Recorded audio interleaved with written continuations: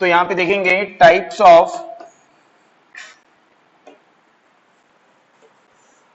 Rotor, alternator में types of rotor.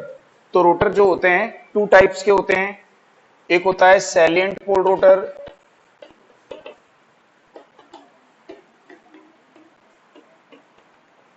और दूसरा होता है स्मूथ सिलेंड्रिकल रोटर।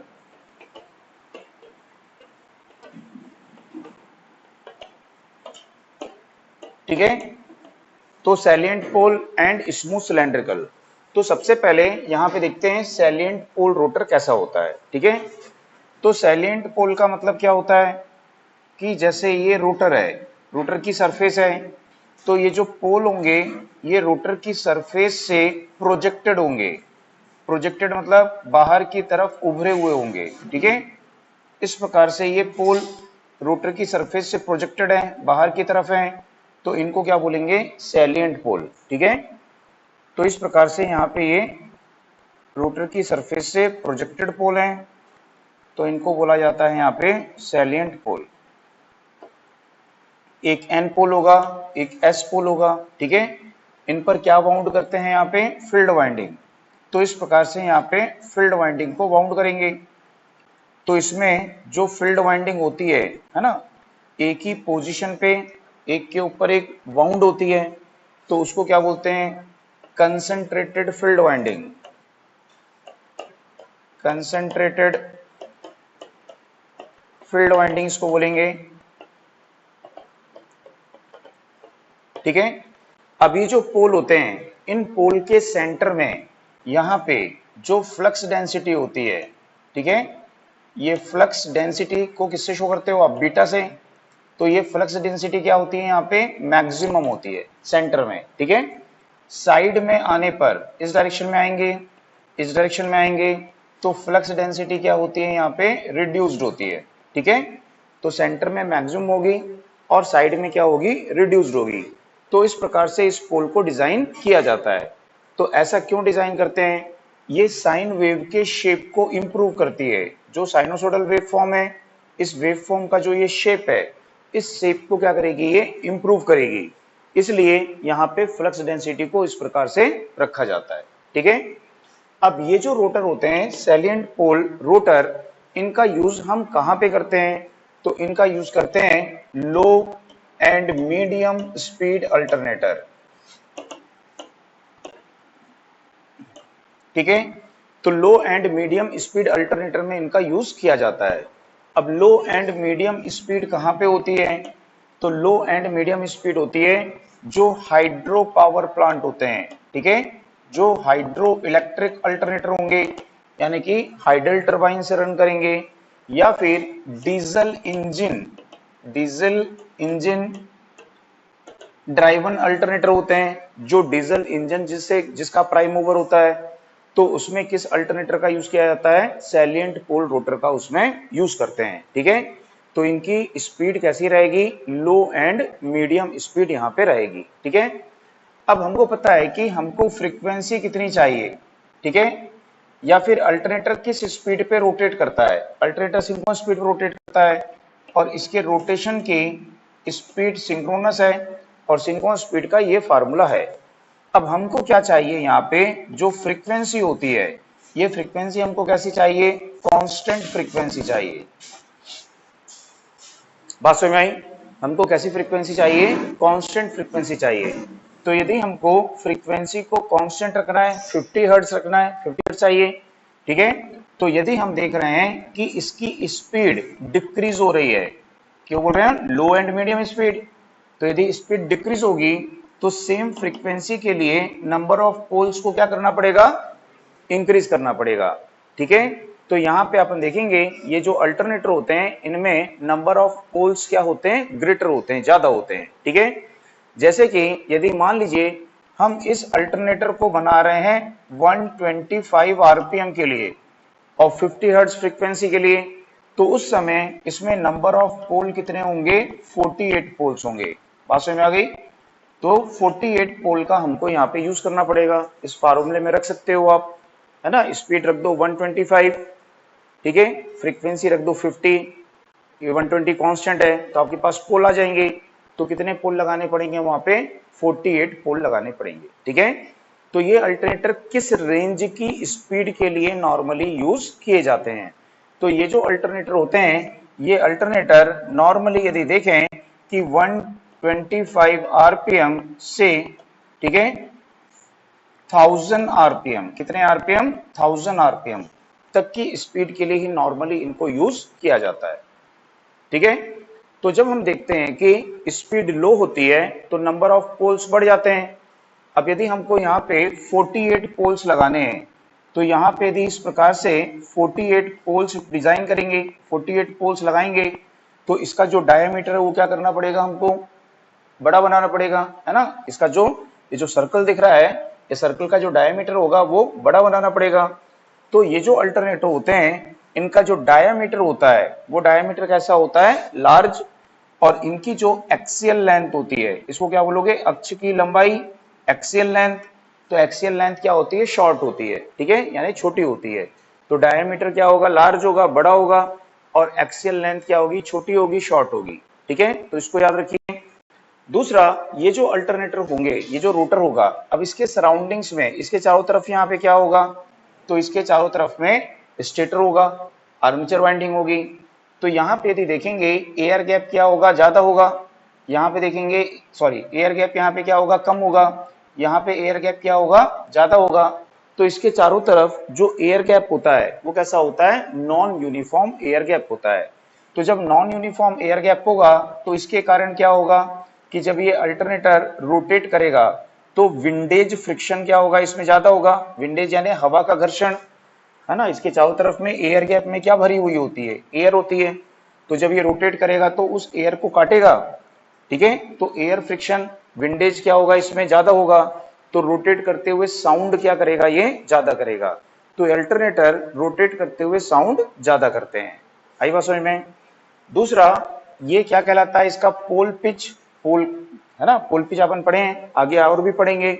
तो इसका जो पोल पिच होता है, वो पोल पिच कितना होता है? तो यहाँ पे अल्टरनेटर का जो पोल पिच होता है वो कितना होता है? 2/3 ऑफ पोल होता है। ठीक है, अल्टरनेटर का पोल पिच कितना रहेगा? 2/3 ऑफ क्या होगा? पोल पिच रहेगा। ठीक है, अब यहाँ पे ये जो अल्टरनेटर होते हैं, आगे पढ़ेंगे, इसमें एक वाइंडिंग होती है, उसको क्या बोलते हैं? Damper winding. तो इनमें किसका यूज किया जाता है? डैम्पर वाइंडिंग का यूज करते हैं। डैम्पर वाइंडिंग का ही दूसरा नाम क्या है? अमोर्टिसर वाइंडिंग। तो डैम्पर वाइंडिंग या फिर अमोर्टिसर वाइंडिंग का यूज करते हैं। तो वो वाइंडिंग क्यों यूज करते हैं उसको भी आगे पढ़ेंगे। तो ये जो वाइंडिंग होती है डैम्पर वाइंडिंग, वो किसमें यूज करनी पड़ती है अपने को? सैलिएंट पोल रोटर में या सैलिएंट पोल अल्टरनेटर में इसको यूज करना पड़ता है। तो ये सब पॉइंट हैं कुछ इसके इंपॉर्टेंट जो आपको याद रखना है ना। ज्यादातर क्वेश्चन क्या आता है? स्पीड पूछेगा, है ना। किस स्पीड के लिए यूज करते हैं? Low and medium speed. ठीक है, कितनी स्पीड? 125 आरपीएम से 1000 आरपीएम। हायर स्पीड के लिए क्यों यूज नहीं करेंगे? जब इसको हम हायर स्पीड के लिए यूज करेंगे तो यदि किसी को ऑब्जेक्ट को हायर स्पीड पर रोटेट करते हैं तो क्या होता है? उस पर सेंट्रीफ्यूगल फोर्स एक्ट करता है। अब वो सेंट्रीफ्यूगल फोर्स यदि एक्ट करेगा तो इसका जो पोल है वो कैसा है? प्रोजेक्टेड है। ये पोल अपने शाफ्ट से क्या होंगे? उखड़ जाएंगे, बाहर निकल जाएंगे। ठीक है, तो डैमेज हो सकता है। तो इसलिए इसको हाई स्पीड पर रोटेट नहीं करते हैं। ठीक है, बात समझ में आई? दूसरा, इसके सराउंडिंग्स में क्या होती है? यहाँ पे एयर ज्यादा होती है, एयर गैप ज्यादा है। तो जो साउंड प्रोड्यूस्ड होगा वो साउंड भी क्या होगा? बहुत ज्यादा इंक्रीज हो जाएगा। तो साउंड तो मैटर नहीं होता है, मेन रीजन क्या होता है? Centrifugal force. तो उसके कारण ही इसको हाई स्पीड पर यूज किया नहीं जाता है। आई बात समझ में सबको?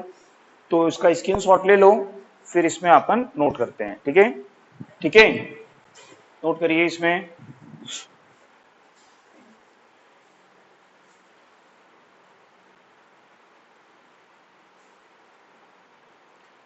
Salient pole rotor, salient pole rotor, salient pole rotor का यूज लो एंड मीडियम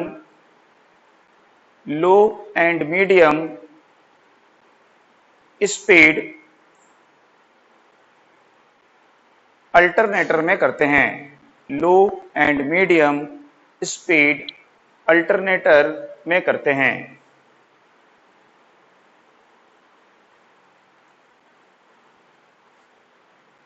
इनकी स्पीड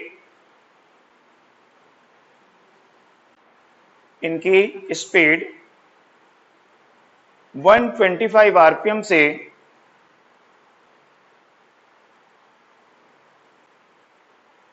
1000 आरपीएम तक होती है। इनकी स्पीड 125 आरपीएम से 1000 आरपीएम तक होती है। नेक्स्ट की ये alternator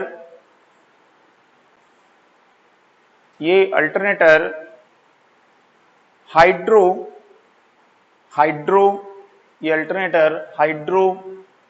and diesel electric power plant में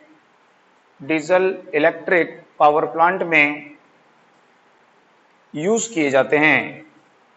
hydro and diesel electric power plant में यूज किए जाते हैं। नेक्स्ट की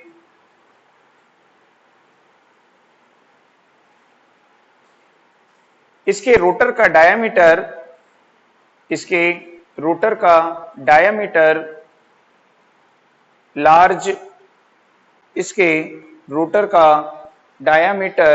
large and axial length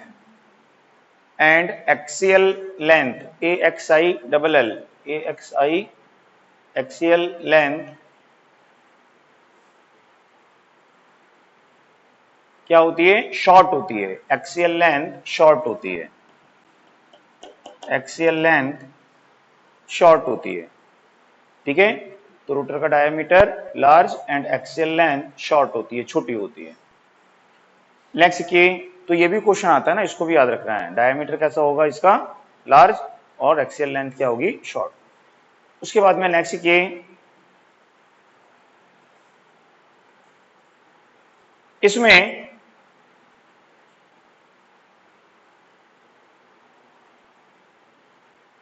rotor का pole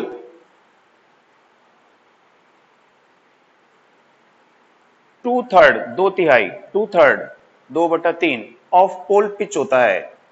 rotor poles 2/3 of pole pitch होता है। पोल पिच का 2/3 होता है। नेक्स्ट की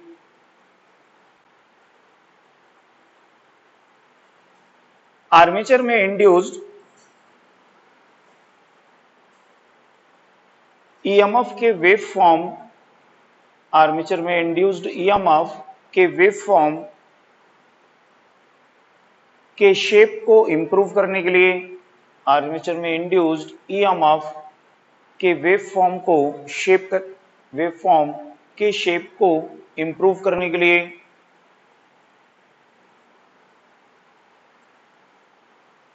पोल के सेंटर में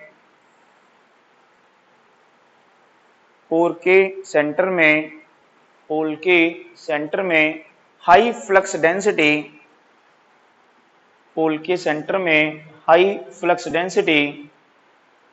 एंड साइड में लो फ्लक्स डेंसिटी होती है। सेंटर में high flux density and side में लो फ्लक्स डेंसिटी होती है।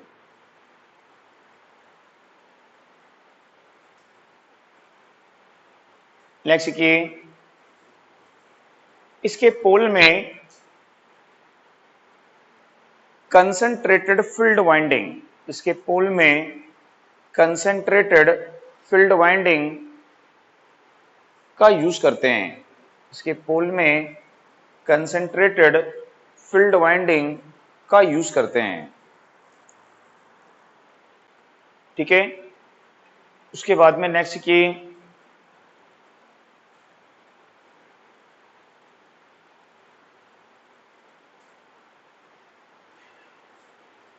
इसके रोटर पोल में डैम्पर वाइंडिंग का यूज करते हैं। इसके रोटर पोल में डैम्पर वाइंडिंग का यूज करते हैं।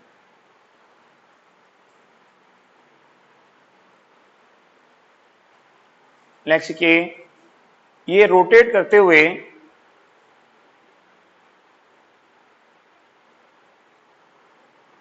साउंड ज्यादा प्रोड्यूस्ड करते हैं, ये रोटेट करते हुए लार्ज साउंड प्रोड्यूस्ड करते हैं, क्योंकि इसमें रोटर के सराउंडिंग, रोटर के चारों तरफ नॉन यूनिफॉर्म एयर गैप होता है, क्योंकि इसमें रोटर के सराउंडिंग्स, रोटर के चारों ओर नॉन यूनिफॉर्म एयर गैप होता है।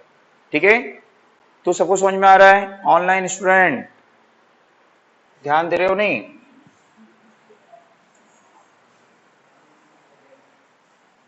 अब इसके बाद में हेडिंग डालिए स्मूथ सिलेंड्रिकल रोटर। ठीक है, तो स्मूथ सिलेंड्रिकल रोटर कैसा होगा? तो जैसा कि इसका नाम है, इसकी आउटर सरफेस कैसी होनी चाहिए? स्मूथ एंड सिलेंड्रिकल होनी चाहिए, है नहीं? तो इसके लिए क्या करेंगे यहां पे कि ये रोटर है, अब इसमें ये इसका यहां पे है पोल। ठीक है, तो ये रोटर का पोल है। अब ये इस रोटर में क्या होते हैं, यहां पे ऐसा स्लॉट्स होते हैं, ये इसमें यहां पे इस प्रकार से ऐसा स्लॉट्स होंगे।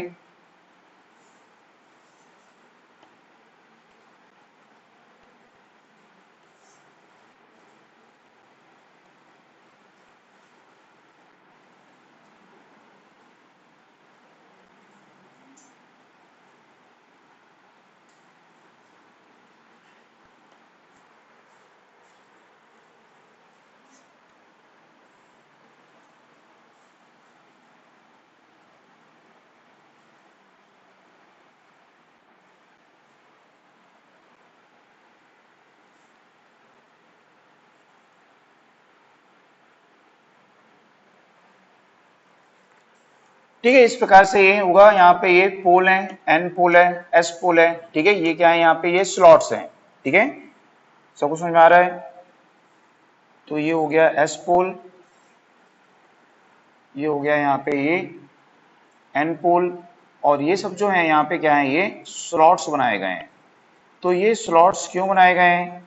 तो यहाँ पे रोटर में फील्ड वाइंडिंग को वाउंड करने के लिए, तो फील्ड वाइंडिंग को वाउंड करने के लिए इन स्लॉट्स को बनाया गया है। ठीक है, अब फील्ड वाइंडिंग को यहाँ पे वाउंड करेंगे, तो यहाँ पे ये फील्ड वाइंडिंग है। ठीक है, इनको अलग अलग स्लॉट्स में यहाँ पे रखेंगे इस प्रकार से। ठीक है, ये एन पोल के लिए बनाई गई है, ऐसा इसको वाउंड करेंगे, ऐसा ऐसा वाउंड करेंगे। यहाँ पे जो है ये एस पोल के लिए बनाई गई है। ठीक है, तो ये एस पोल के लिए फील्ड वाइंडिंग है। तो यहाँ पे जो ये फील्ड वाइंडिंग है कैसी है, अलग अलग स्लॉट्स में रखी हुई है, तो क्या बोलेंगे इसको, डिस्ट्रीब्यूटेड फील्ड वाइंडिंग। ठीक है, तो इसमें डिस्ट्रीब्यूटेड होती है, डिस्ट्रीब्यूटेड फील्ड वाइंडिंग का यूज करते हैं। और पहले क्या पढ़े थे, कंसंट्रेटेड फील्ड वाइंडिंग, है ना, दोनों में डिफरेंस है। अब यहाँ पे यदि देखें कि ये जो स्मूथ सिलेंड्रिकल रोटर होता है, इसका यूज हम कहाँ पे करते हैं? तो इसका यूज करते हैं हाई स्पीड। कहाँ पे करेंगे? हाई स्पीड अल्टरनेटर में इसका यूज करेंगे। ठीक है, तो हाई स्पीड का मतलब क्या होता है? हाई स्पीड कहाँ पे होती है? तो हाई स्पीड जो स्टीम टरबाइन, ठीक है, स्टीम टरबाइन ड्राइवन अल्टरनेटर होते हैं,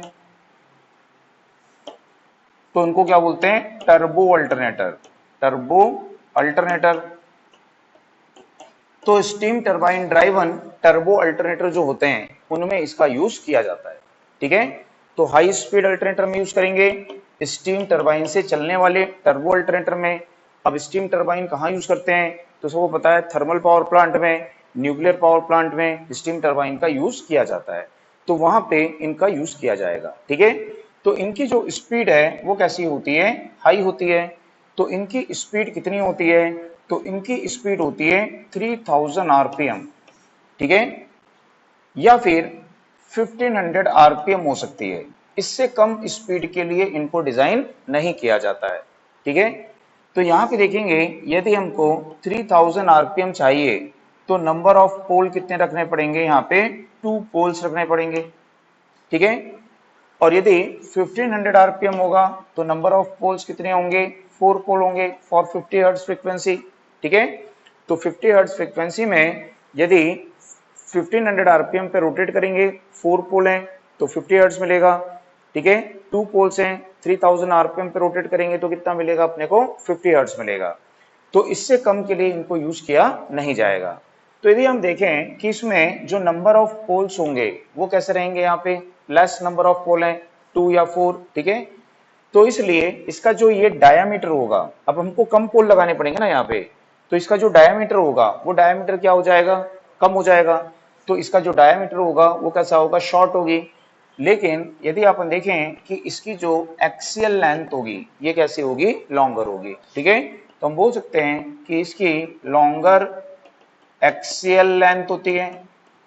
ठीक है, और इसका जो डायामीटर है ये होता है शॉर्टर डायामीटर। ठीक है, बस वही में। दूसरा हम देखेंगे कि यहाँ पे इसके चारों तरफ में क्या होगा, यहाँ पे स्टेटर होगा। अब इसमें चारों तरफ में यूनिफॉर्म एयर गैप होगा, चारों तरफ एयर गैप कैसा है, यूनिफॉर्म एयर गैप है। ठीक है, तो इसके कारण अब ये जो एयर को ज्यादा नहीं काटेगा, है ना, तो ये कैसा करेंगे, रोटेट करते हुए इसका ऑपरेशन कैसा होगा, नॉइजलेस ऑपरेशन। ठीक है, स्मूथ रन करेंगे, तो हम बोल सकते हैं कि इसका ऑपरेशन कैसा होता है, नॉइजलेस ऑपरेशन होता है। ठीक है, क्योंकि ये ज्यादा आवाज यहाँ पे नहीं करेंगे। बस वही में। दूसरा जो हम देखिए डैम्पर वाइंडिंग, डैम्पर वाइंडिंग देखिए तो इनमें डैम्पर वाइंडिंग यूज करने की आवश्यकता नहीं होती है।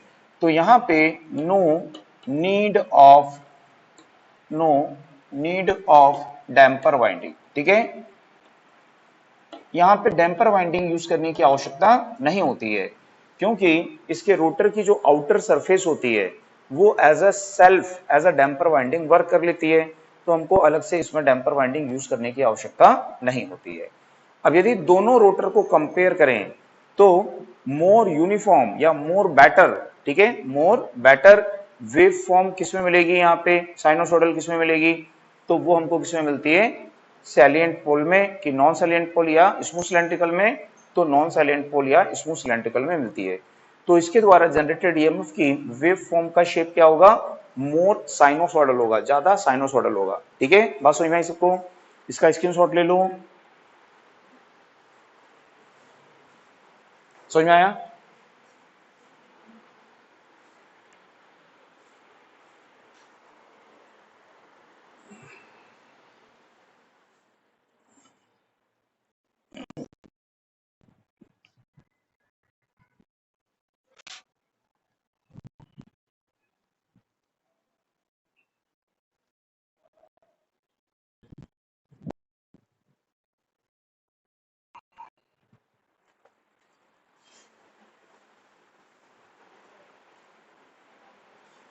हो गया, अब लिखिए, इसमें नोट करिए,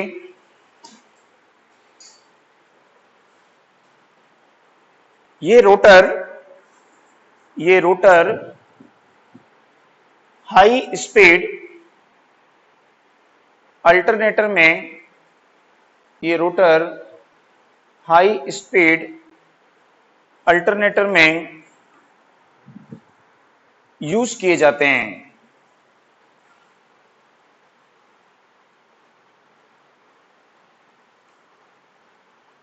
जैसे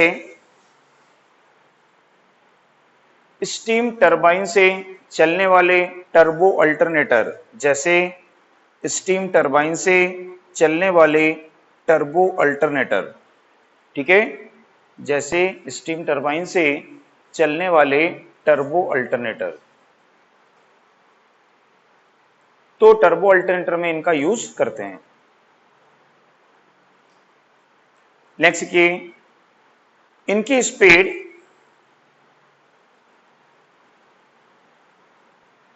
3000 RPM for 2 pole, 3000 rpm for 2 pole and 1500 rpm for 4 pole, 1500 rpm for 4 pole होती है। इससे लोअर स्पीड के लिए इनका यूज नहीं करते हैं, इससे लोअर स्पीड के लिए इनका यूज नहीं करते हैं। ठीक है, तो 15 आरपीएम से कम स्पीड के लिए इनको यूज नहीं करेंगे। नेक्स्ट के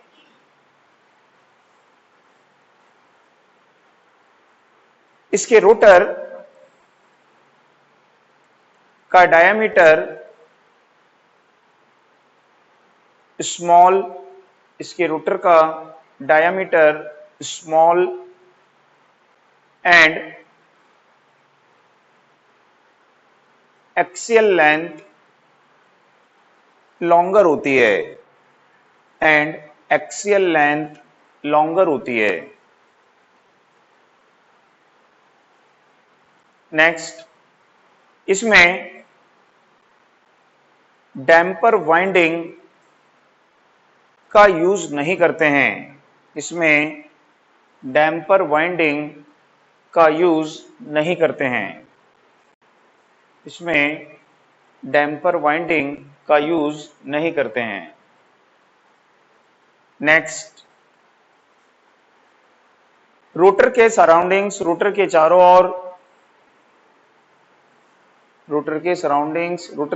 ओर यूनिफॉर्म एयर गैप होता है, यूनिफॉर्म एयर गैप होता है।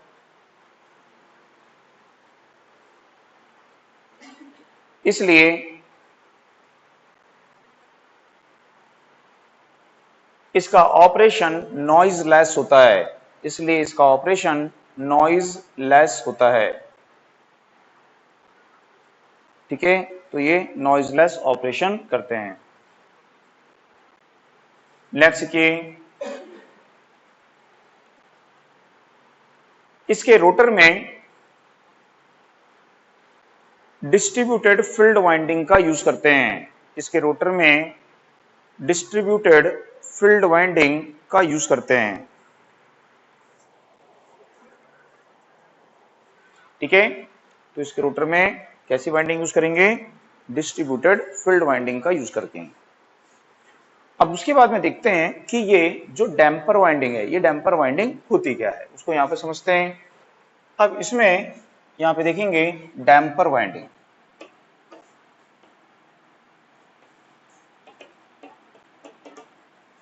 या इसी का दूसरा नाम क्या है? अमोर्टिसर वाइंडिंग। तो डैम्पर वाइंडिंग या अमोर्टिसर वाइंडिंग इसको बोलेंगे।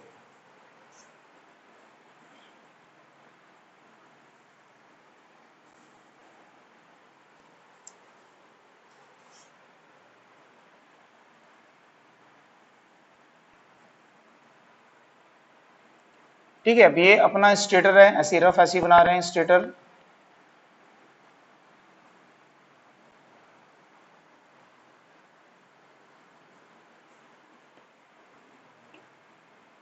और सबको पता है कि इसमें अपन क्या करते हैं? 3 फेज आर्मेचर वाइंडिंग करते हैं। ठीक है,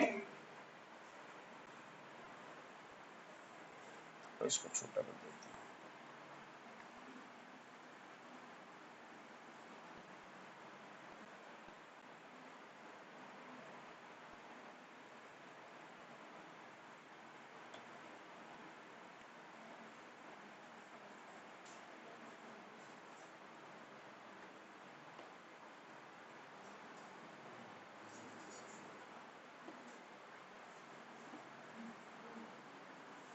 ठीक है, अब ये रोटर के क्या है? यहाँ पे ये पोल है ना, और अपना ये टर्मिनल है 3 फेज, जहां पे क्या कनेक्ट करते हैं? लोड को। यहाँ इलेक्ट्रिकल लोड होता है, इलेक्ट्रिकल लोड। ठीक है, अब यहाँ पे इसको हम किससे ड्राइव करते हैं? तो इसको प्राइम मूवर से ड्राइव करते हैं। ठीक है, अब प्राइम मूवर के इनपुट में क्या आता है? तो इसके इनपुट में आता है स्टीम, या फिर क्या आता है? वाटर आता है। ठीक है, स्टीम ड्राइवन होगा तो स्टीम आएगा, हाइड्रो होगा तो वाटर आएगा। ठीक है, अब यहाँ पे जब क्या करते हैं हम? इलेक्ट्रिकल लोड को कनेक्ट करते हैं। इलेक्ट्रिकल लोड कनेक्ट किए तो इसके आर्मेचर में कैसी वाइंडिंग किए हैं बताओ? तो इसके आर्मेचर में यहाँ पे 3 फेज वाइंडिंग किए हैं, है ना। तो जब हम यहाँ पे लोड को कनेक्ट करेंगे, ऐसा लोड कनेक्ट करोगे तो ये कौन सी वाइंडिंग है, आर्मेचर वाइंडिंग है, तो क्या फ्लो होगी, लोड करंट। तो लोड करंट कहां से फ्लो होके जाएगी, इस आर्मेचर वाइंडिंग से फ्लो होके लोड करंट जाएगी। ठीक है, तो इस आर्मेचर वाइंडिंग से फ्लो होती है लोड करंट। तो जब इस आर्मेचर वाइंडिंग से फ्लो होती है लोड करंट, ठीक है, तो ये क्या करेगी, अपना एक मैग्नेटिक फील्ड सेटअप करेगी। बात समझ में आ गई? या समझ जाइए थोड़ी देर के लिए, ये 3 फेज इंडक्शन मोटर का क्या है, स्टेटर है। तो 3 फेज इंडक्शन मोटर के स्टेटर को जब 3 फेज वोल्टेज अप्लाई करते हैं तो उसकी वाइंडिंग में कौन सी करंट फ्लो होती है, 3 फेज, जिसमें 120 डिग्री फेज डिफरेंस होता है। तो वो क्या सेटअप करती है, यहाँ पे एक मैग्नेटिक फील्ड। किस स्पीड में रोटेट करता है, सिंक्रोनस स्पीड में। तो ठीक उसी तरह कि जब यहाँ पे लोड को कनेक्ट करेंगे, ठीक है, इस 3 फेज वाइंडिंग में करंट फ्लो होगी, उसमें भी 120 डिग्री फेज डिफरेंस होगा। तो ये जो आर्मेचर वाइंडिंग है ये क्या करती है, एक मैग्नेटिक फील्ड सेटअप करती है, और वो मैग्नेटिक फील्ड क्या करता है, यहाँ पे सिंक्रोनस स्पीड में रोटेट करता है। उस मैग्नेटिक फील्ड के रोटेशन की स्पीड क्या होती है, सिंक्रोनस स्पीड होती है। ठीक है, तो यहाँ पे 2 मैग्नेटिक फील्ड हो जाते हैं ना, एक तो अपना ये मेन पोल का मैग्नेटिक फील्ड होगा और दूसरा आर्मेचर की करंट का मैग्नेटिक फील्ड। तो यदि हमारा पोल इस डायरेक्शन में रोटेट कर रहा है, तो कल बताया था अल्टरनेटर के रोटेशन की स्पीड क्या होती है, सिंक्रोनस स्पीड। तो अल्टरनेटर के रोटेशन की स्पीड सिंक्रोनस स्पीड है, और यहाँ पे जो फ्लक्स है उस फ्लक्स की स्पीड भी क्या है, सिंक्रोनस स्पीड है। दोनों सिंक्रोनस स्पीड में रोटेट कर रहे होते हैं। ठीक है, लेकिन यदि अपन देखें कि पोल एक्सिस, यदि मान लीजिए ये स्टेटर का पोल है, यहाँ पे ये स्टेटर का पोल है, ठीक है, और ये रोटर का पोल है, तो ये इनका पोलर एक्सिस होगा। तो अल्टरनेटर के केस में जो रोटर का पोलर एक्सिस होता है वो अहेड होता है, अहेड ऑफ क्या होता है, स्टेटर पोल एक्सिस होता है। ठीक है, जनरेशन तब भी होता है, इसे समझने के लिए बता रहा हूं, याद रखना है कि जनरेशन कब होगा, जब जब रोटर का पोलर एक्सिस स्टेटर के पोलर एक्सिस से क्या होगा, अहेड होगा, मतलब आगे होगा। ठीक है, या लीड कर रहा होगा, तभी क्या होगा, जनरेशन होगा। मोटर के केस में उल्टा हो जाएगा, मोटर के केस में रोटर का जो पोल एक्सिस होगा वो बिहाइंड हो जाएगा, किससे, स्टेटर के पोल एक्सिस से होगा। ठीक है, बात समझ में आई? तो ये एक नॉलेज के लिए इसको याद रखिए। ठीक है, तो ये समझ में आया कि यहाँ पे एक मैग्नेटिक फील्ड स्टेटर ने सेटअप किया हुआ है, स्टेटर की करंट ने, आर्मेचर की करंट ने, और दूसरा जो है अपना यहाँ पे क्या है, ये रोटर का पोल है, और दोनों की स्पीड क्या है, सिंक्रोनस स्पीड है। तो दोनों किस स्पीड में रोटेट कर रहे हैं, यहाँ पे सिंक्रोनस स्पीड में ही दोनों क्या कर रहे होते हैं, रोटेट कर रहे होते हैं। ठीक है ना, तो यदि हम देखें कि इन दोनों के रोटेशन की स्पीड कैसी है, ऐसा सिंक्रोनस स्पीड है, दोनों सिंक्रोनस स्पीड में रोटेट कर रहे हैं। ठीक है, तो क्या होता है यहाँ पे कि यदि इलेक्ट्रिकल लोड जो है ये कैसा होता है, वेरिएबल होता है। इलेक्ट्रिकल लोड जब इंक्रीज होता है, ठीक है, तो क्या होगा, मैकेनिकल इनपुट पावर क्या हो जाएगी, बढ़ जाएगी। ठीक है, इलेक्ट्रिकल लोड यदि डिक्रीज होगा तो मैकेनिकल इनपुट पावर क्या होगी, डिक्रीज हो जाएगी। तो मैकेनिकल पावर कैसे इंक्रीज डिक्रीज होगी, तो अमाउंट ऑफ वाटर और स्टीम के द्वारा वो कंट्रोल होगी। ठीक है, सपोज मान लीजिए यहाँ पे हैवी लोड है, तो यहाँ पे क्या होगा, हैवी अमाउंट में क्या आ रहा है, वाटर आ रहा होगा। सडनली लोड डिक्रीज हो जाता है, ठीक है, तो दोनों में इंटरलॉकिंग है, लोड डिक्रीज होगा, यहां से फीडबैक आएगा कि लोड डिक्रीज हुआ है, डिस्कनेक्ट हुआ। अपन क्या देख रहे हैं यहाँ पे, डैम्पर वाइंडिंग, और डैम्पर वाइंडिंग को ही क्या कहते हैं, अमोर्टिसर वाइंडिंग कहते हैं। ठीक है, तो मैंने आपको बताया कि यहाँ पे ये अपना स्टेटर है, इस स्टेटर में क्या करते हैं, यहाँ पे 3 फेज वाइंडिंग करते हैं। ठीक है, अब ये 3 फेज वाइंडिंग कैसी होती है, तो ये 3 फेज वाइंडिंग स्टार कनेक्टेड होती है। ठीक है, तो जब हम क्या करेंगे, इसके टर्मिनल पर, अब इस वाइंडिंग में क्या इंड्यूस्ड होती है, ईएमएफ। तो ये ईएमएफ का सोर्स है, ये ईएमएफ सोर्स है, ये भी ईएमएफ सोर्स है, ये भी ईएमएफ सोर्स है। अब इसके टर्मिनल पे क्या कनेक्ट कर रहे हो, लोड को कनेक्ट कर रहे हो, है ना। तो जब लोड को कनेक्ट करोगे तो लोड में क्या फ्लो होगी, यहाँ पे करंट फ्लो होगी। तो जब करंट फ्लो होगी तो वो करंट कहां से पास होगी, इस वाइंडिंग से फ्लो होके फिर लोड में आएगी, इस तरह अपने लूप को कंप्लीट करेगी। तो जब हम देखेंगे कि इन कंडक्टर से कौन सी करंट फ्लो होगी, 3 फेज करंट फ्लो होगी, और उस 3 फेज करंट में कितने डिग्री का फेज डिफरेंस होता है, 120 डिग्री का। तो यहाँ पे ये 3 फेज आर्मेचर करंट क्या करेगी, एक मैग्नेटिक फील्ड सेटअप करेगी। ठीक 3 फेज इंडक्शन मोटर के स्टेटर के समान, कि 3 फेज इंडक्शन मोटर के स्टेटर को हम क्या दिए थे, 3 फेज वोल्टेज अप्लाई किए थे, तो वो क्या करती है, सिंक्रोनसली रिवॉल्विंग मैग्नेटिक फील्ड सेटअप करती है। तो ठीक वैसे ही ये आर्मेचर में भी 3 फेज करंट फ्लो हो रही है जिसमें 120 डिग्री फेज डिफरेंस है, तो ये भी क्या करेगी, अपना एक मैग्नेटिक फील्ड सेटअप करेगी, और वो मैग्नेटिक फील्ड किस स्पीड में रोटेट करेगा, सिंक्रोनस स्पीड में रोटेट करेगा। ठीक है, तो आर्मेचर की करंट के द्वारा सेटअप मैग्नेटिक फील्ड यहाँ पे किस स्पीड में रोटेट करता है, सिंक्रोनस स्पीड में रोटेट करता है। ठीक है, दूसरा कि जो रोटर होता है, इस रोटर को प्राइम मूवर के द्वारा हम रोटेट करते हैं। तो कल बताया था कि अल्टरनेटर को क्या बोलते हैं, सिंक्रोनस मशीन, क्योंकि इसका रोटर किस स्पीड में रोटेट करता है, सिंक्रोनस स्पीड में रोटेट करता है। तो ये रोटर भी सिंक्रोनस स्पीड में रोटेट करेगा। तो मैग्नेटिक फील्ड स्टेटर का सिंक्रोनस स्पीड में, रोटर भी सिंक्रोनस स्पीड में, तो दोनों की स्पीड क्या है, सिंक्रोनस स्पीड है। इसका मतलब है कि यदि यहाँ पे स्टेटर का एन पोल होगा, एन पोल ऑफ स्टेटर, तो यहाँ पे एस पोल ऑफ क्या होगा, रोटर होगा। ठीक है, तो दोनों के जो पोल होंगे वो किस स्पीड में रोटेट कर रहे होंगे, यहाँ पे सिंक्रोनस स्पीड में रोटेट कर रहे होंगे। आई बात समझ में। तो यदि हम देखते हैं कि यहाँ पर टर्मिनल पर कौन सा लोड कनेक्ट करते हैं, जनरेटर या अल्टरनेटर में इलेक्ट्रिकल लोड, तो जब इलेक्ट्रिकल लोड इंक्रीज होगा तो इसकी मैकेनिकल इनपुट पावर क्या होगी, इंक्रीज होगी। तो मैकेनिकल इनपुट पावर कैसे इंक्रीज होगी, तो प्राइम मूवर का इनपुट इंक्रीज करना पड़ेगा। तो प्राइम मूवर के इनपुट में क्या देते हैं, स्टीम या वाटर का अमाउंट, तो उसको इंक्रीज करना पड़ेगा। यदि लोड डिक्रीज हो जाएगा तो मैकेनिकल पावर डिक्रीज करनी पड़ेगी, तो कैसे होगी, स्टीम या वाटर के अमाउंट को डिक्रीज कर देंगे। ठीक है, तो यहाँ पे उसको कैसे पता चलेगा प्राइम मूवर को, तो इनके लिए इनमें होती है इंटरलॉकिंग। ठीक है, कि यदि लोड यहाँ पे इंक्रीज होता है तो यहाँ से फीडबैक जाएगा कि लोड इंक्रीज हुआ है, वहां पे जो गवर्नर होता है टरबाइन में, वो गवर्नर ओपन होगा और amount of water steam increase हो जाएगा। अब यदि लोड यहाँ पे डिक्रीज होता है तो फिर से फीडबैक आएगा, लोड डिक्रीज हुआ है, गवर्नर वहां पे वाटर को, स्टीम को कंट्रोल करेगा, उसको डिक्रीज कर देगा। ठीक है, तो इस तरह से इंटरलॉकिंग यहाँ पे रहेगी। अब सपोज मान लीजिए कि यहाँ पे जो लोड है, ठीक है, वो लोड अभी है हैवी लोड, तो यहाँ पे हैवी लोड होगा तो अमाउंट ऑफ वाटर क्या हो रहा होगा, हैवी वाटर आ रहा होगा। ठीक है, और रोटर को क्या कर रहा होगा, वो यहाँ पे ड्राइव कर रहा होगा।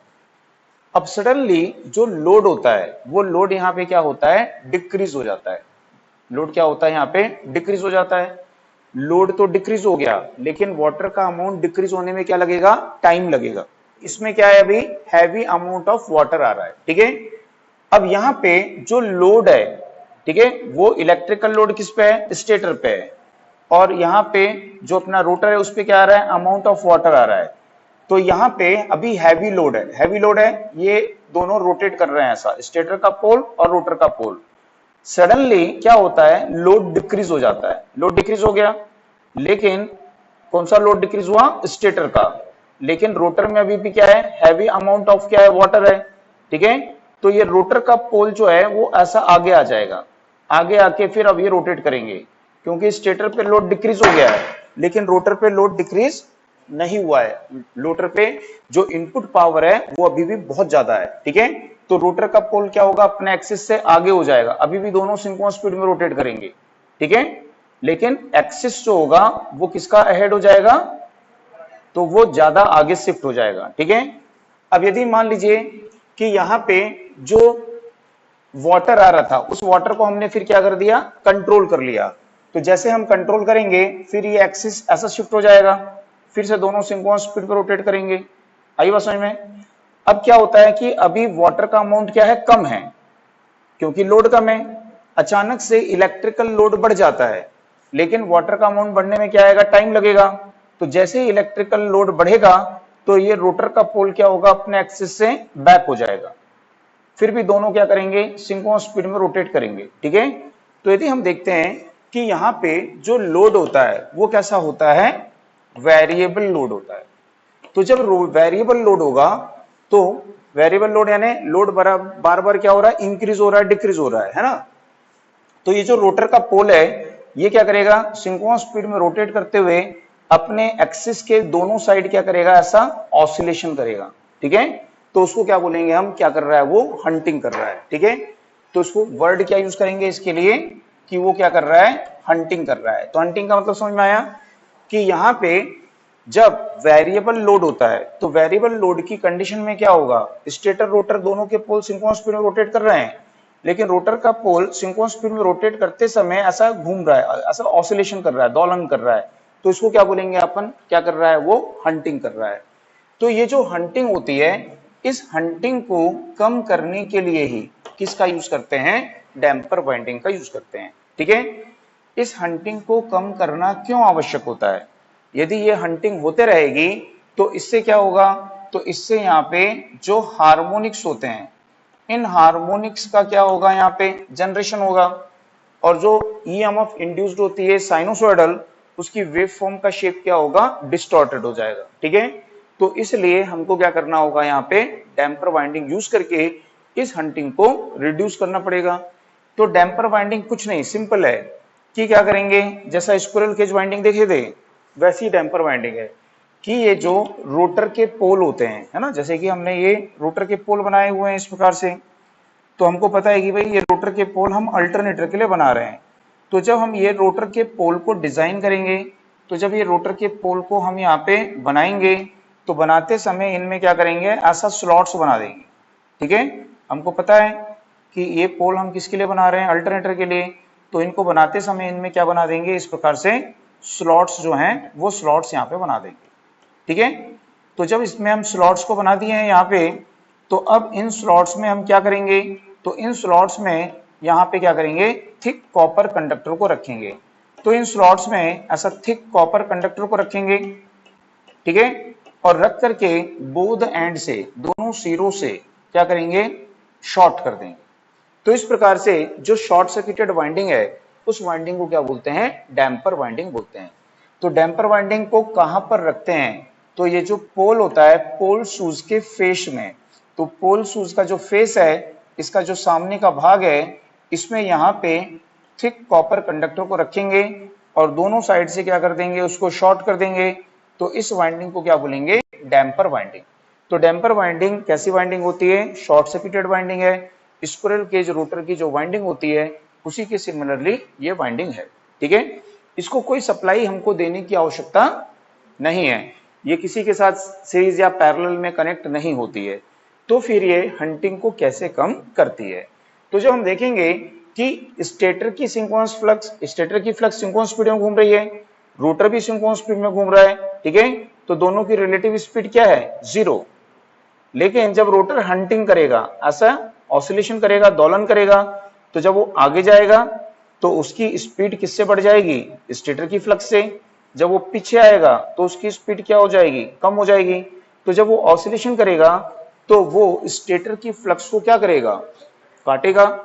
तो जब रोटर स्टेटर की फ्लक्स को काटेगा तो इसमें क्या इंड्यूस्ड हो जाएगी, ईएमएफ इंड्यूस्ड हो जाएगी, और ईएमएफ इंड्यूस्ड होगी तो इसे शॉर्ट सर्किट वाइंडिंग है, तो इसमें क्या करंट होगी, करंट फ्लो होगी।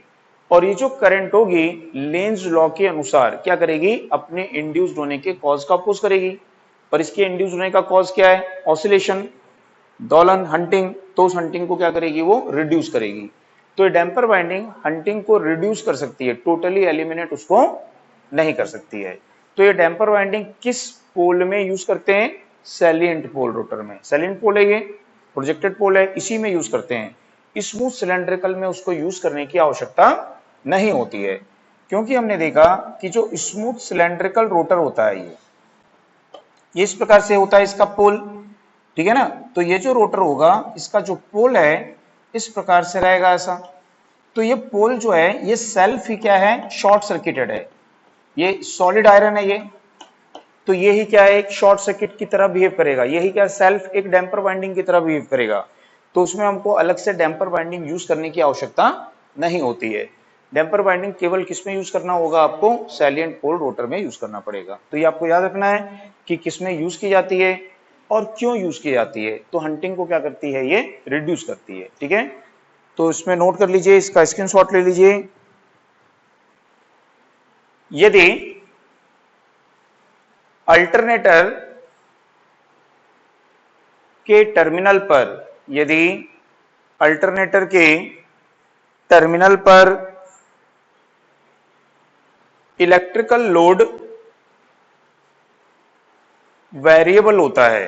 अल्टरनेटर के टर्मिनल पर इलेक्ट्रिकल लोड वेरिएबल होता है, तो उसका रोटर पोल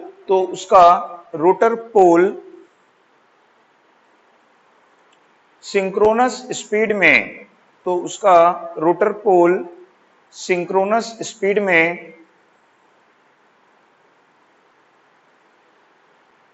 रोटेट करते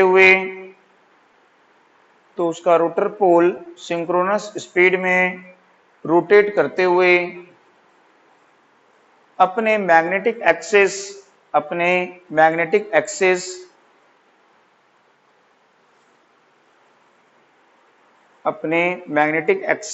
के बोथ साइड दोनों तरफ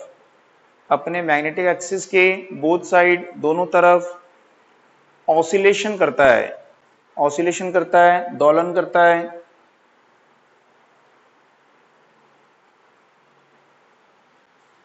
इसे हंटिंग कहते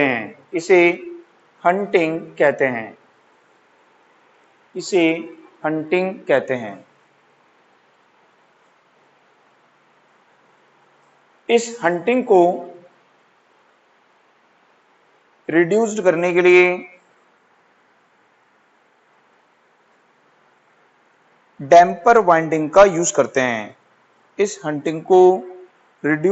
लिए डैम्पर वाइंडिंग का यूज करते हैं।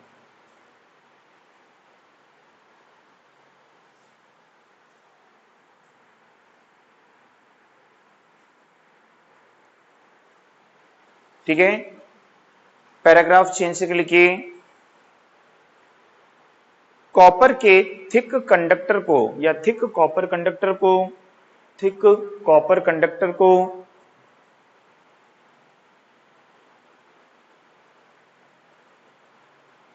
रोटर के पोल शूज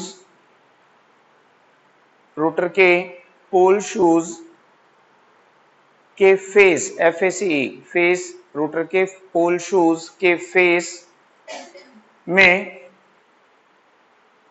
प्लेस्ड करके रख करके बोथ एंड से दोनों सिरों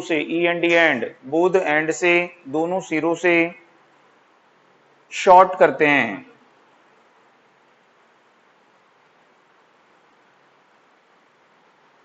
इस शॉर्ट सर्किटेड वाइंडिंग को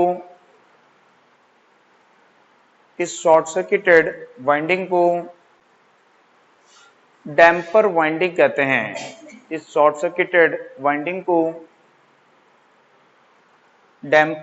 कहते हैं। यह स्क्विरल केज वाइंडिंग के सिमिलर होती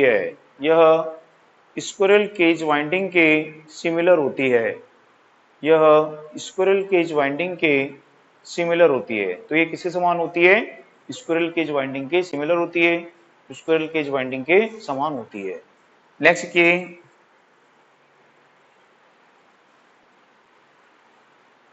डैम्पर वाइंडिंग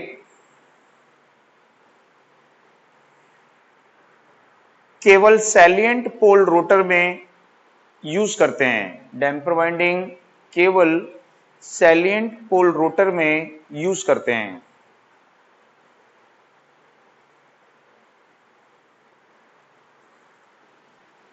नेक्स्ट की damper winding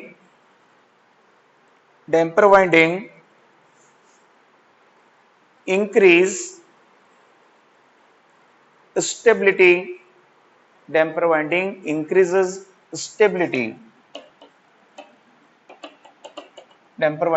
increases stability and eliminate harmonical effect. ठीक है, तो ये क्या इंक्रीज करती है? स्टेबिलिटी, अल्टरनेटर की स्टेबिलिटी को क्या करेगी? इंक्रीज करेगी। और एलिमिनेट क्या करेगी, ये हार्मोनिकल इफेक्ट को एलिमिनेट करेगी, यानी हार्मोनिक्स जो उत्पन्न होंगे उनके प्रभाव को क्या करेगी, ये कम करेगी या उनके प्रभाव को समाप्त करेगी। ठीक है ना। उसके बाद में पैराग्राफ चेंज करके लिखिए, जब रोटर पोल हंटिंग करते हैं, जब रोटर पोल हंटिंग करते हैं तो डैम्पर वाइंडिंग आर्मेचर की फ्लक्स को काटती है, तो डैम्पर वाइंडिंग आर्मेचर की फ्लक्स को काटती है।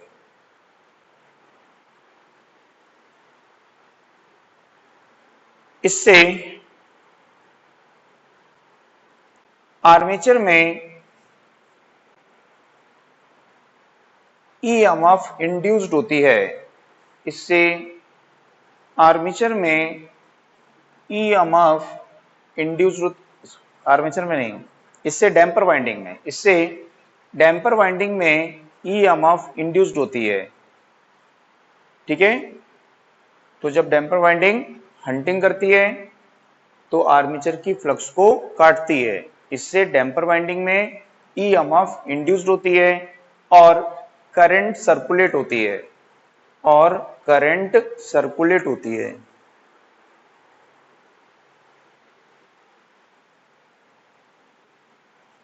लेंज लॉ के अनुसार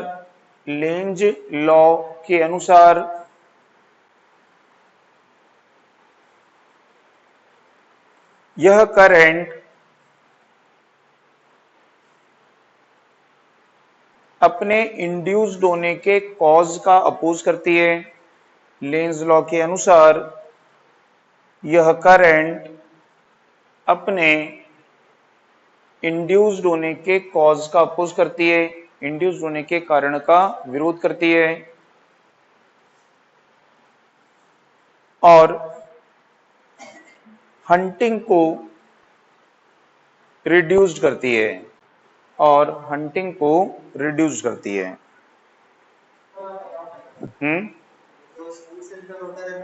क्या बोले, स्मूथ सिलेंड्रिकल क्यों यूज नहीं करते हैं। ठीक है। तो स्मूथ सिलेंड्रिकल रोटर जो होता है ना, वो कैसा होगा स्मूथ सिलेंड्रिकल, तो जैसे अपन देखेंगे कि ये अपना क्या है, स्मूथ सिलेंड्रिकल रोटर है। इसको ऐसे बनाते हैं कि ये स्मूथ सिलेंड्रिकल रोटर है और इसमें क्या है, ये पोल है, ऐसा पोल रहेगा। तो ये जो पोल बना हुआ है इसकी जो सरफेस है ये, ठीक है, इस प्रकार से ये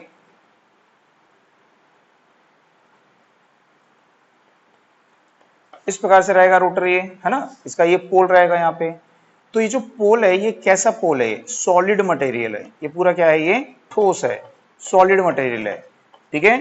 तो इसकी जो ये आउटर सरफेस है, ये पूरी सरफेस, ठीक है, ये पूरी सरफेस ही क्या करेगी, एक डैम्पर वाइंडिंग के समान काम करेगी।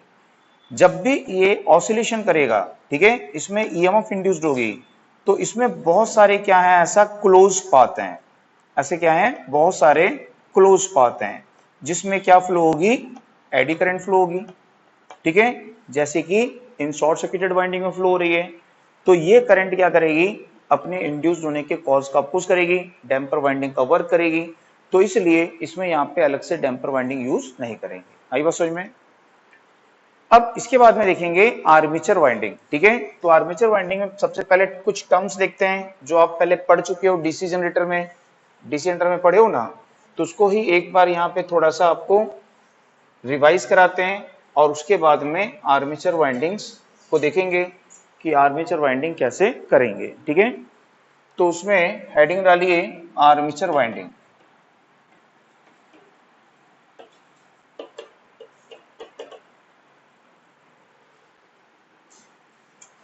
तो हमने आर्मेचर वाइंडिंग जब डीसी जनरेटर में पढ़ी थी तो उस समय पढ़ा था कॉइल पिच पढ़े थे। तो कॉइल पिच इसको बोले थे कि ये जो अपनी कॉइल है, ठीक है, इस कॉइल को कहां पर प्लेस्ड करते हैं? आर्मेचर में। तो अपना जो आर्मेचर है, इस आर्मेचर में इस कॉइल को प्लेस करेंगे तो यहाँ आर्मेचर के स्लॉट्स होंगे ऐसा, है ना। तो कॉइल का जो एक कंडक्टर है वो इस स्लॉट्स में रखा हुआ है, कॉइल का जो दूसरा कंडक्टर है वो इस स्लॉट्स में रखा हुआ है। तो आर्मेचर में इस प्रकार से ये कॉइल के कंडक्टर रखे हुए हैं। तो इन दोनों कंडक्टर के बीच का जो डिस्टेंस होता है, दूरी होती है, उसी को क्या बोलते हैं? कॉइल स्पॉन बोलते हैं। तो आर्मेचर में रखी हुई एक कॉइल के दोनों कंडक्टर के मध्य का जो डिस्टेंस होता है, इसी को क्या बोलते हैं? कॉइल स्पैन, या क्या बोलते हैं? कॉइल पिच बोलते हैं। ठीक है, तो कॉइल स्पैन या कॉइल पिच इसको बोला जाता है। सबको पता है, ये याद आ गया? तो उसमें नोट करिए, उसमें हेडिंग डाल लीजिए कॉइल पिच या कॉइल स्पैन।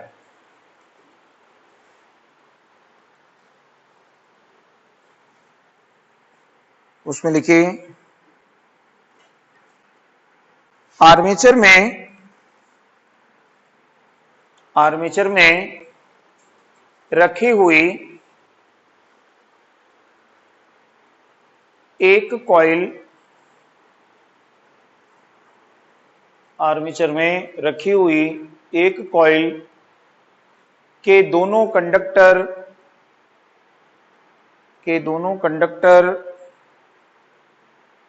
के मध्य का डिस्टेंस कॉइल पिच या कॉइल स्पैन कहलाता है। कॉइल पिच या कॉइल स्पैन कहलाता है। ठीक है, दूसरा पढ़े थे अपन पोल पिच। पोल पिच पढ़े थे।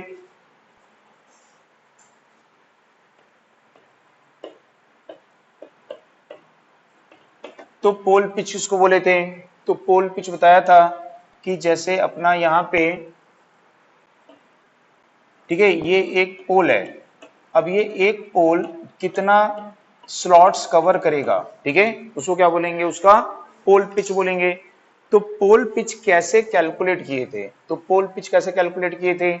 तो पोल पिच को कैलकुलेट करने के लिए आपको बताया था कि number of armature conductor per पोल, है ना, तो उसको बोल सकते हैं नंबर ऑफ स्लॉट्स पर पोल या number of armature conductor per पोल। ठीक है, तो हम बोल सकते हैं इसको कि नंबर ऑफ आर्मेचर स्लॉट्स या कंडक्टर, ठीक है, पर पोल। तो इसको क्या बोलते हैं? यहाँ पे पोल पिच बोलते हैं। याद आ रहा है? तो उसमें नोट करिए अल्टरनेटर का प्रत्येक पोल, अल्टरनेटर का ईच पोल, अल्टरनेटर का प्रत्येक पोल, अल्टरनेटर का ईच पोल आर्मेचर के जितने स्लॉट्स को कवर करता है, आर्मेचर के जितने स्लॉट्स को कवर करता है,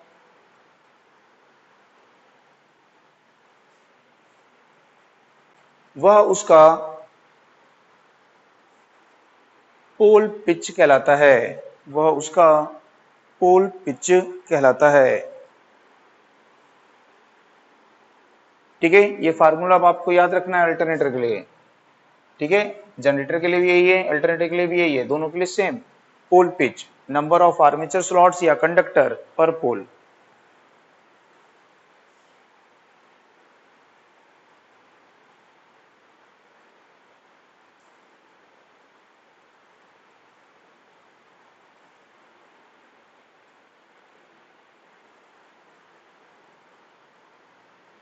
हो गया? उसके बाद में आपको बताया था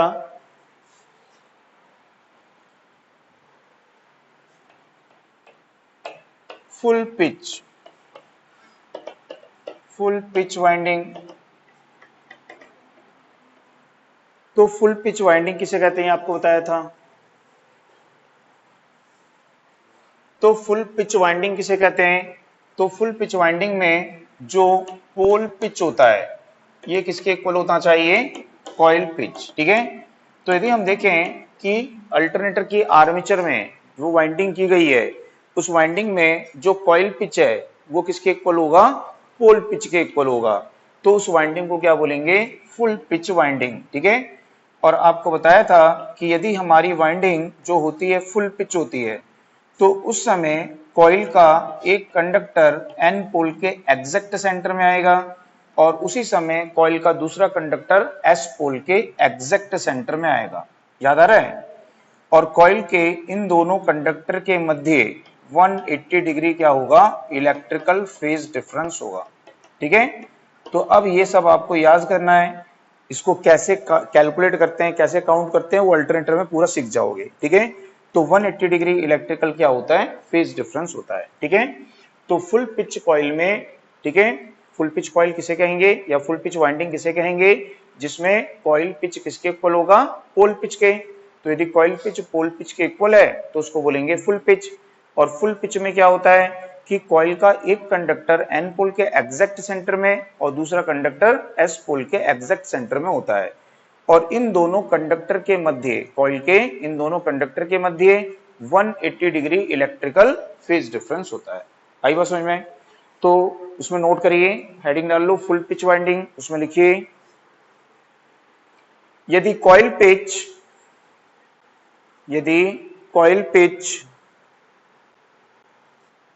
पोल पिच के इक्वल होता है, यदि कॉइल पिच पोल पिच के इक्वल होता है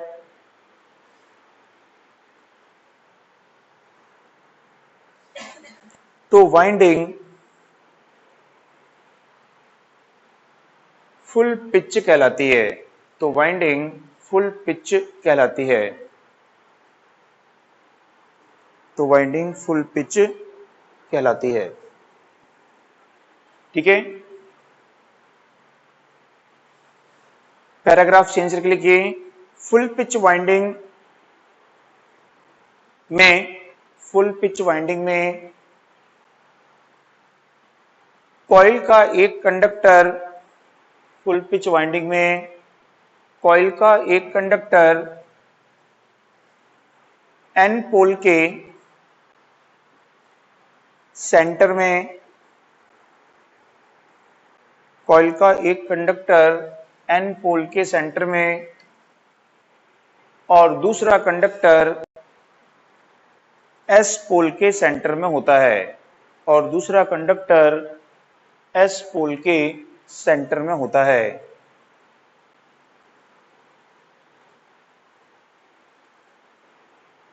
कॉइल के दोनों कंडक्टर के मध्य, कॉइल के दोनों कंडक्टर्स के मध्य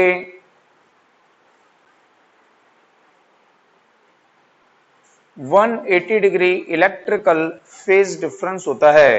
कॉइल के दोनों कंडक्टर्स के मध्य 180 डिग्री इलेक्ट्रिकल फेज डिफरेंस होता है।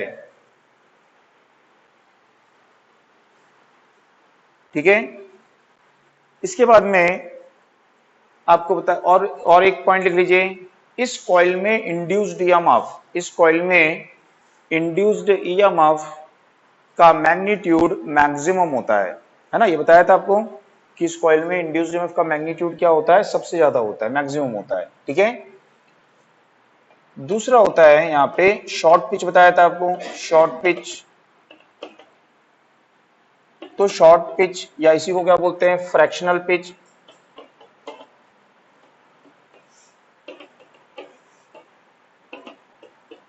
सो शॉर्ट पिच या फ्रैक्शनल पिच वाइंडिंग। तो यदि क्या करेंगे कि जो पोल पिच और कॉइल पिच दोनों कैसे हैं, यहाँ पे इक्वल हैं। अब कॉइल के पिच को तो हम कम ज्यादा कर सकते हैं ना, तो कॉइल के पिच को क्या कर देते हैं, हम कम कर देते हैं। ठीक है, तो कॉइल का जो पिच था, यहां से यहां तक था कॉइल का पिच, अब कॉइल के पिच को क्या कर दिया हमने, यहाँ पे शॉर्ट कर दिया, कॉइल के पिच को हमने कम कर दिया। तो पहले जो था ये 180 डिग्री फेज डिफरेंस किसमें था, ये फुल में। अब यहाँ पे देखेंगे कि जो फेज डिफरेंस है ये क्या हो जाएगा, कम हो जाएगा, तो ये क्या कहलाएगी, यहाँ पे शॉर्ट पिच होगी। तो शॉर्ट पिच में यदि देखें कि कॉइल का जब एक कंडक्टर एन पोल के एग्जैक्ट सेंटर में होगा तो उस समय कॉइल का जो दूसरा कंडक्टर है वो एस पोल के एग्जैक्ट सेंटर में आएगा क्या? नहीं आएगा। ठीक है, तो इसको क्या बोलेंगे? Short pitch. तो शॉर्ट पिच वाइंडिंग में इंड्यूस्ड ईएमएफ का जो मैग्नीट्यूड होता है वो फुल पिच की तुलना में क्या हो जाएगा? कम हो जाएगा। लेकिन अल्टरनेटर में, डीसी जनरेटर में तो हम पढ़े थे कि किस वाइंडिंग का यूज करते हैं? फुल पिच का। ठीक है, जरूरत पड़ने पर हम शॉर्ट पिच यूज कर सकते हैं, लेकिन डीसी जनरेटर में फुल पिच का यूज करते हैं। उल्टा अल्टरनेटर में शॉर्ट पिच का ही यूज करेंगे। अल्टरनेटर में किसका यूज करेंगे? Short pitch winding, short pitch armature winding का ही यूज करेंगे। ठीक है, तो अल्टरनेटर में किस वाइंडिंग का यूज करते हैं? Short pitch. इसकी ड्रॉबैक क्या है शॉर्ट पिच की? इंड्यूस्ड ईएमएफ का मैग्नीट्यूड कम होता है कंपैरिजन टू फुल पिच। लेकिन फिर भी शॉर्ट पिच का यूज कर रहे हैं, क्यों? क्योंकि इसकी एडवांटेजेस ज्यादा हैं। क्या एडवांटेज है? कि ये हाई फ्रीक्वेंसी हार्मोनिक्स को टोटली एलिमिनेट कर देती है। ठीक है, कि जो हाई फ्रीक्वेंसी हार्मोनिक्स आर्मेचर में जनरेट होती है ना ईएमएफ, उसमें हार्मोनिक्स जनरेट होते हैं, तो उन हाई फ्रीक्वेंसी हार्मोनिक्स को क्या करेगी? टोटली एलिमिनेट कर देगी। ठीक है, इससे साइन वेव के शेप को क्या करेगी? ये इंप्रूव करेगी। तो साइन वेव फॉर्म जो होती है उसके वेव शेप को क्या करती है? ये इंप्रूव करती है। तो इसीलिए किसका यूज करते हैं यहाँ पे? शॉर्ट पिच वाइंडिंग का यूज करते हैं। आई बात समझ में? तो उसमें नोट करिएगा, यदि कॉइल पिच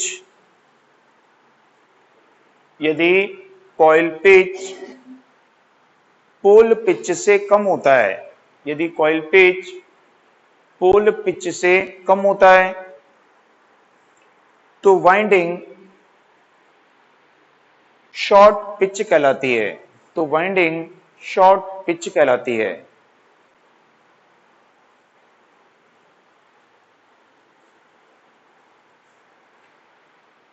नेक्स्ट की शॉर्ट पिच वाइंडिंग में इंड्यूस्ड ईएमएफ का मैग्नीट्यूड, शॉर्ट पिच वाइंडिंग में इंड्यूस्ड ईएमएफ का मैग्नीट्यूड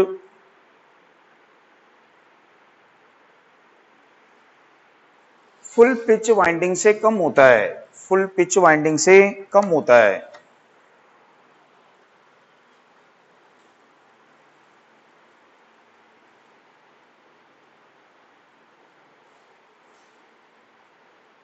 लेकिन फिर भी अल्टरनेटर में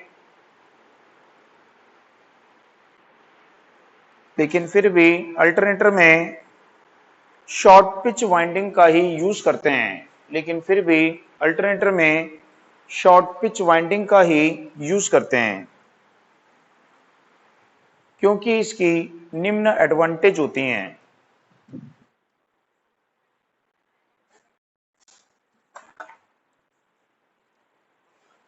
ठीक है, अल्टरनेटर में शॉर्ट पिच वाइंडिंग का यूज करते हैं क्योंकि इसकी निम्न एडवांटेज होती हैं। पहला लिखिए, यह हाई फ्रीक्वेंसी हार्मोनिक्स को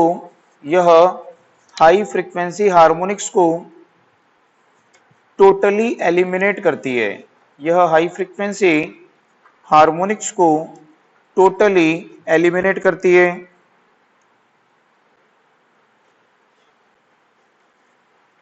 ठीक है, नेक्स्ट की आर्मेचर में इंड्यूस्ड साइन वेव के शेप को इंप्रूव करती है। आर्मेचर में इंड्यूस्ड साइन वेव के शेप को इंप्रूव करती है।